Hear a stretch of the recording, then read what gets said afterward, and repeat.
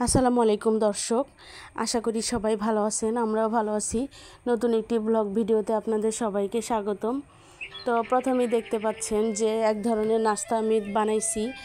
এটা একটু অন্যরকম। এটা বানানোর পদ্ধতিটাতে খুব কঠিন তা না, অনেক সহজ, কিন্তু খেতে অনেক মজা। ফ্লেভারটা অনেকটা চাইনিজ রেস্টুরেন্টের খাবারের মতো। আমার কাছে তো খুব দুর্দান্ত স্বাদ লেগেছে। আশা করি আপনাদের কাছে অনেক অনেক ভালো লাগবে। বাসায় যদি কারো রুচি না থাকে অথবা হঠাৎ করে মেহমান চলে আসে, তখন আপনারা ইচ্ছা করলে এই ধরনের দুর্দান্ত স্বাদের রেসিপি বানিয়ে খাওয়ায়ে মেহমানকে চমকায় দিতে পারেন। তো এই জন্যই নিয়ে আসা ঝটপট বিকালের নাস্তা রেসিপি। তো দেখেন, দেখতেও লুকটা কত সুন্দর হয়েছে। আসলে খেতেও অনেক অনেক স্বাদ ছিল। ভিতরের পেঁয়াজ কুচিগুলো আরও বেশি টেস্ট বাড়িয়ে দিয়েছে। আর খেতে একদম ক্রিস্পি মসমসে ছিল, একদমই খারাপ লাগেনি। মানে রুচিবর্ধক হিসেবে আপনারা খেতে পারেন, বিকালে চা কফি অথবা এমনিও খেতে পারেন। তো এটা বানানোর জন্য প্রথমে 2টা আলু 4 টুকরো করে আমি সিদ্ধ করে নিয়েছি। তারপরে এটার মধ্যে একটু মরিচ, তারপরে হচ্ছে হলুদ না দিলেও হবে, লবণ, তারপরে হচ্ছে আমি চাট মশলার একটা প্যাকেট দিয়ে দিয়েছি, ম্যাগি মশলা যেগুলো পাওয়া যায়। তারপরে পেঁয়াজ কুচি, কাঁচামরিচ কুচি আর একটু গুঁড়ো মরিচ দিয়ে দিয়েছিলাম।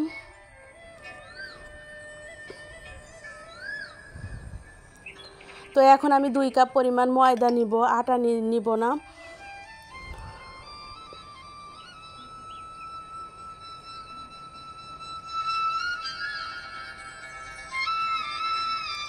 তো ময়দাগুলোকে আমি পরিমাণ মতো হালকা কুসুম গরম পানি দিয়ে সুন্দরভাবে মেখে একটা ডো বানিয়ে নিব। আর ডোটাকে অবশ্যই 10-15 মিনিটের জন্য রেস্টে রেখে দিতে হবে। যদি ডোটাকে রেস্ট না দেন তাহলে আসলে পারফেক্টভাবে তৈরি হবে না নাস্তাটা। এজন্য আমি 2টা রুটি বানিয়ে নিব। তো ওইটা রেস্টে থাক, এর মধ্যে আমি একটু কাজ করে নেই।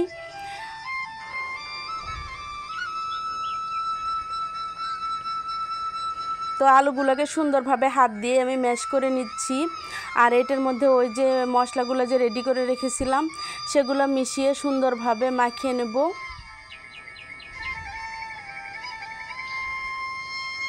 আসলে ভিডিওতে তো আমি দেখাচ্ছি, বলার চেয়ে আপনারা যদি একটু মনোযোগ দিয়ে দেখেন তাহলে রেসিপিটা বানানো খুব সহজ হবে আপনাদের জন্য।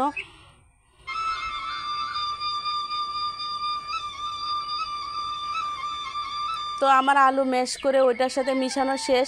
এটা আপনারা ইচ্ছে করলে গরম ভাতের সাথে খেতে পারেন। খেতে অনেক দুর্দান্ত স্বাদ হয়েছে, যেহেতু মাঝখানে কাঁচা পেঁয়াজ আছে।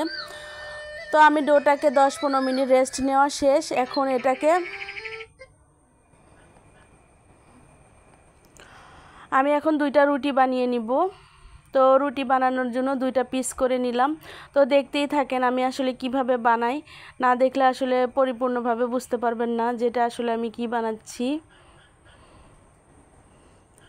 তো রুটিটাকে আমি সুন্দরভাবে বেলে এটার উপরে একটু সাদা তেল মেখে নিলাম। তার উপরে আমি ওই যে ডোটা মানে মাইখে রাখছিলাম আলু দিয়ে বানানো, সেইটা আমি দিয়ে দিচ্ছি সুন্দরভাবে। দেখেন, হাত দিয়ে একদম মিশে রুটিটার সাথে লাগিয়ে দিচ্ছি। আর এটার উপরে যে আরেকটা রুটি বানিয়ে রেখেছিলাম ওইটা উপর দিয়ে দিব। দেখেন কিভাবে আমি দেই। আর চারপাশটা একটু হালকা পানি দিয়ে সিলগালা করে নেবেন যেন বের না হয়ে যায়। সিলগালা না করলেও কোনো সমস্যা নেই, কারণ এটা বের হবেই। আমি এটাকে এখন সুন্দরভাবে একটা ছুরির সাহায্যে কেটে নিব।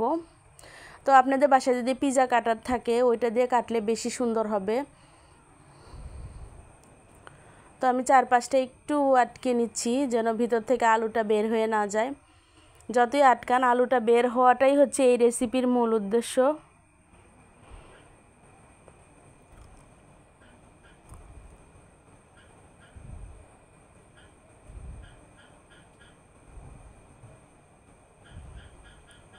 তো দেখেন আমার সুন্দরভাবে কাটা শেষ। এখন আমি এগুলোকে একটা সুন্দর আকৃতি দিব। দেখেন কিভাবে দেই, খুব সহজ। এভাবে আপনারা ওই যে সিম্পল পিঠাটা আছে যে বানান, ওই টাইপ করে এইগুলোকে 2 ভাঁজ করে আবার আরেকটা ভাঁজ দিয়ে, মানে 4টা ভাঁজ হবে আর কি। দেখেন আমি ভিডিওতে দেখাচ্ছি, দেখলে আপনারা বুঝে যাবেন। এটা জাস্ট সৌন্দর্যের জন্য। তো দেখেন আমার সবগুলো অফ ক্যামেরায় বানিয়ে নিয়েছি, বানানো শেষ। দেখতে কত সুন্দর লোভনীয় লাগছে। তো এটাকে আমি সাদা তেল গরম করতে দিয়েছি ফ্রাই প্যানে। এখন আমি সবগুলোকে ভেজে নিব। তেলটা যখন একটু উষ্ণ গরম হবে তখন সবগুলো নাস্তা এর ভিতর ছেড়ে দিব। দেখেন ফুলগুলোকে আমি দিয়ে দিচ্ছি। তো এটাকে বেশি নাড়াচাড়া করা যাবে না, জাস্ট শুধু ফ্রাই প্যানের হাতলটা দিয়ে একটু নাড়াচাড়া করে দিলেই হবে।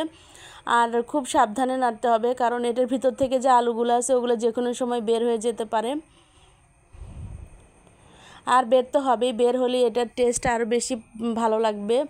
এই নাস্তার উদ্দেশ্যই হচ্ছে আমার আলুগুলো কিছু ভিতরে থাকবে, কিছু বের হয়ে যাবে, এজন্য আমি মুখগুলোকে আটকাই নাই, দেখতেও খুব সুন্দর লাগবে। তো দেখতেই থাকেন আমি কিভাবে ভেজে নেই। তো এটাকে একটু কড়া ভাজি করলে বেশি মজা, তো আমি খুব বেশি কড়া ভাজি করিনি। আপনারা ইচ্ছা করলে একটু কড়া মসমসে করে ভেজে নিতে পারেন। এটা ইচ্ছা করলে বয়ামে রেখে আপনারা 2-3 দিন পর্যন্ত খেতে পারেন। কি বলবো, এত যে স্বাদ হবে এই রেসিপিটা আমি আসলে ভাবতেই পারিনি। এই তো আমার রেসিপি বানানো শেষ, পুরা কমপ্লিট। দেখেন কত সুন্দর হয়েছে। তো আমি এটা কখনো বানাইনি, তবে একটু ধারণা করছিলাম যে এভাবে বানাইলে হয়তো বা আমার ছেলের ভালো লাগতে পারে, তারপরেও সে খায়নি, খাবে হয়তো বা পরে। তো আমি খেয়েই ভয়েসটা দিচ্ছি, অনেক অনেক মজা লেগেছে। তো আপনারা ইচ্ছা করলে এই রেসিপিটা ঘরে ঝটপট বানিয়ে বাচ্চাদেরকে খাওয়াতে পারেন, কোনো মেহমানকে খাওয়াইতে পারেন। তো চা কফির সাথে খুব সুন্দর বিকেলবেলা হয়ে যাবে। তো আপনাদের আমার ভিডিওর যদি কোনো অংশ কোনো জায়গায় ভালো লেগে থাকে অবশ্যই লাইক কমেন্ট করতে ভুলবেন না।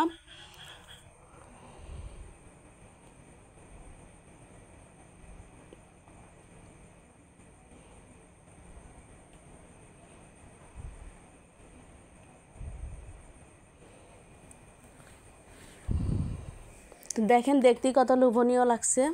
তো আমার এই নাস্তাটা বানানো শেষ, তারপরে আমরা রাতে ডিনার হিসেবে খেয়েছিলাম হচ্ছে আবারও আট চালের গুঁড়াকে সুন্দরভাবে গুলে নিলাম, তারপরে এটাকে ফ্রাই প্যানে দিয়ে তাওয়ায় দিয়ে দেখেন মানে এটা হচ্ছে ঝটপট ফাঁকিবাজি পরোটা রেসিপি আর কি। এটা গুলে মানে রুটি বেলার কোনো ঝামেলা নেই, গুলে সুন্দরভাবে তাওয়ায় দিবেন, তারপরে এপিট ওপিট করবেন আর একটু সাদা তেল দিয়ে ভেজে নেবেন। কেউ বুঝতেই পারবে না যে এটাতে পরোটা না, পরোটা হচ্ছে অনেক অনেক গুণে বেশি স্বাদ লাগে। তো ধন্যবাদ সবাইকে। এই ধরনের রেসিপি যদি পেতে চান অবশ্যই আমার চ্যানেলটাকে সাবস্ক্রাইব করে রাখতে হবে।